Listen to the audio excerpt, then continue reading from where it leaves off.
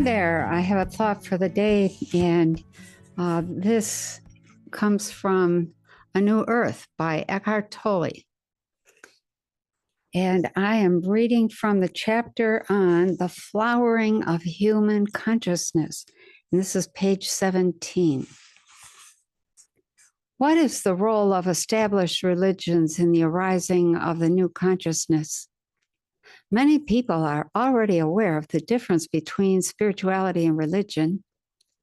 They realize that having a belief system, which is a set of thoughts that you regard as the absolute truth, does not make you spiritual, no matter what the nature of those beliefs is.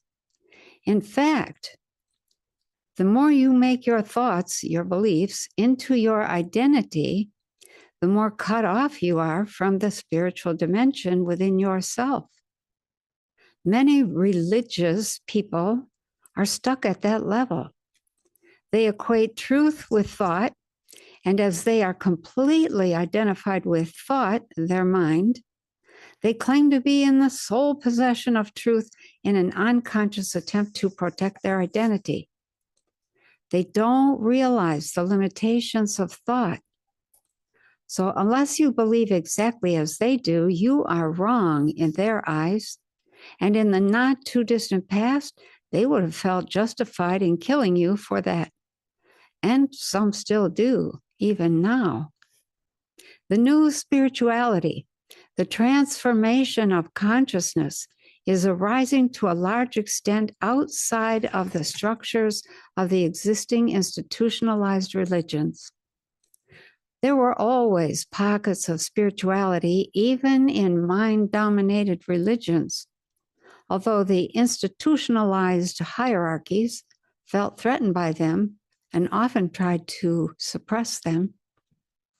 A large-scale opening of spirituality outside of the religious structures is an entirely new development. In the past, this would have been inconceivable, especially in the West, the most mind-dominated of all cultures, where the Christian church had a virtual franchise on spirituality.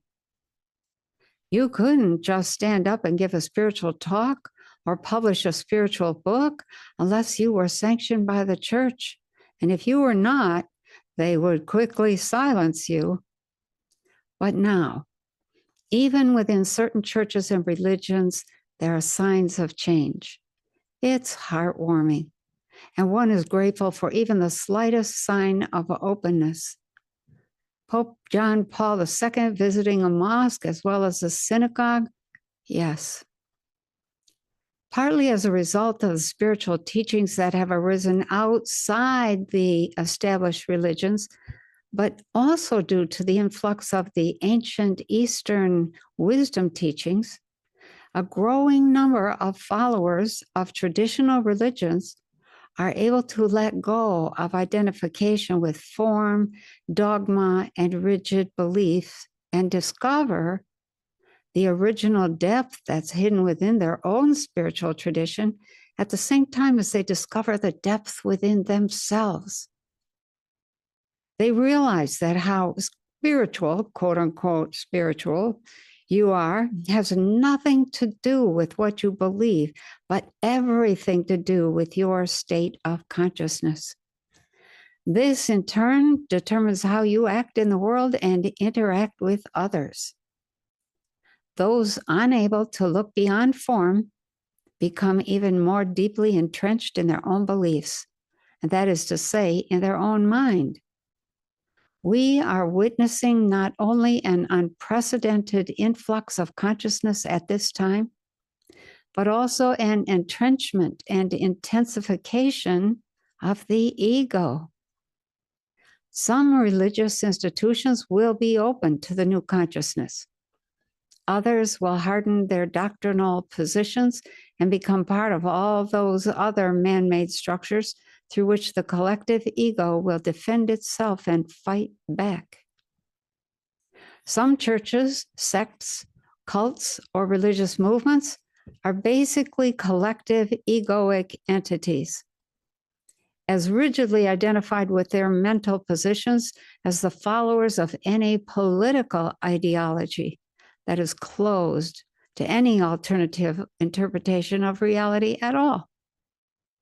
But the ego is destined to dissolve, and all its ossified structures, whether they be religious or other institutions, corporations, or governments, will disintegrate from within, no matter how deeply entrenched they appear to be.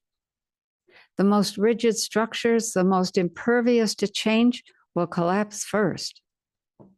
This has already happened in the case of Soviet communism. How deeply entrenched, how solid and monolithic it appeared. And yet, within a few years, it disintegrated from within.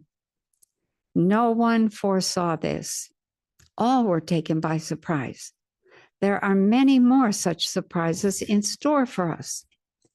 When faced with a radical crisis, when the old way of behaving in the world, of interacting with each other and with the realm of nature doesn't work anymore, when survival is threatened by seemingly insurmountable problems, an individual life form or a species will either die or become extinct or rise above the limitations of its conditions through an evolutionary leap.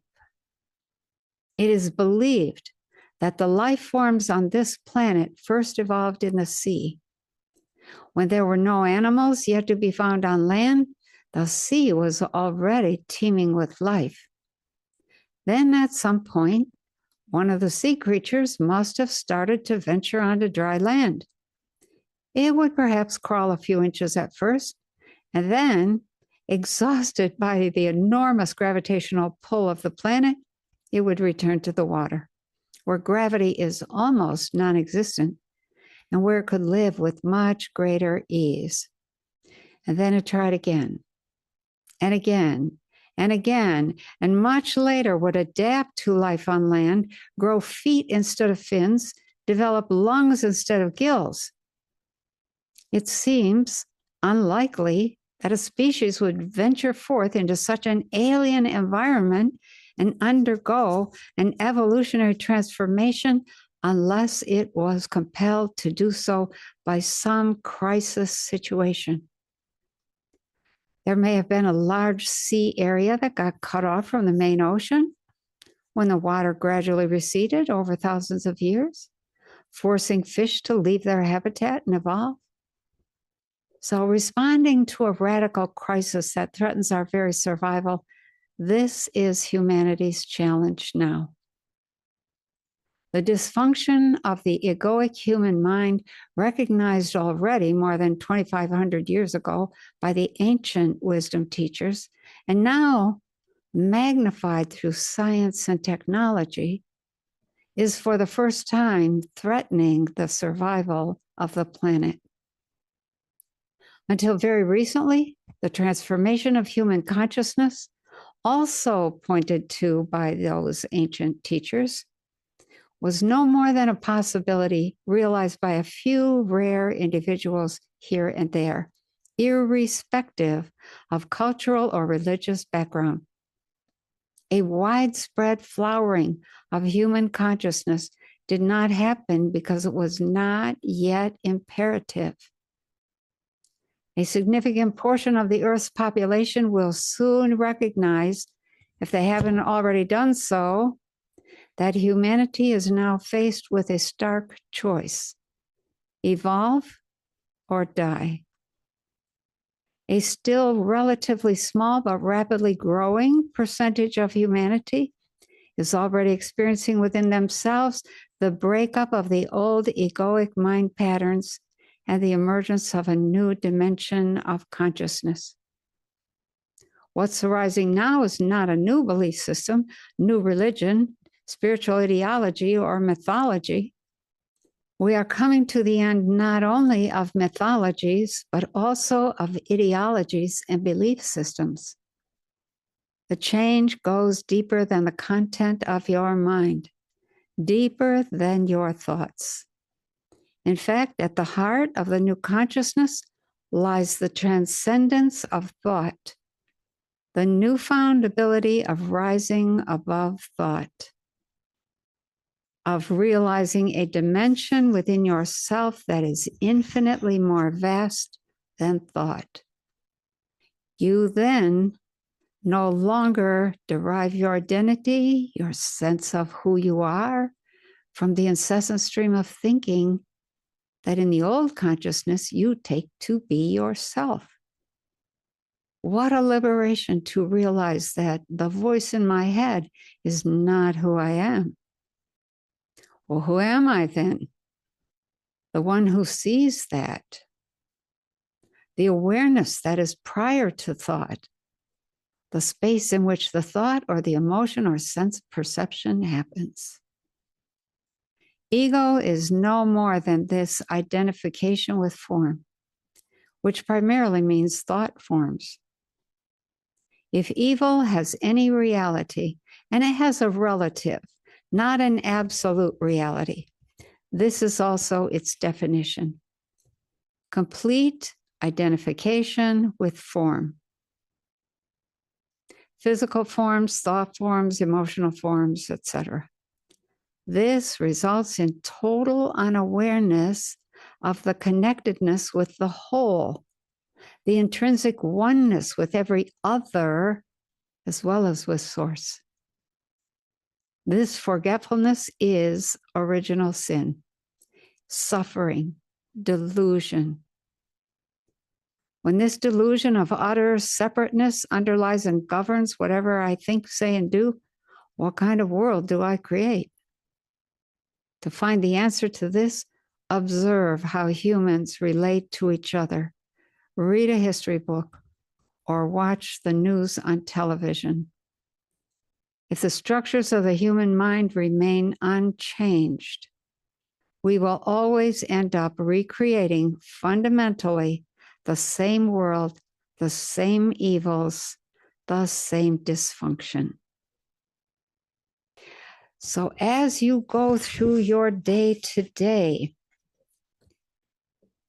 how do you separate yourself from your thinking and your thought? How much work have you done toward transformation of yourself? We are coming to a crisis, which is still a few years away yet. But that crisis is going to bring us to one of the oldest laws of life, of biology, of consciousness, etc. And that law is evolve or die. So as you go through your day, think about all the ways you could adapt, evolve, transform, become. Start to play with that and have fun. Make a great day.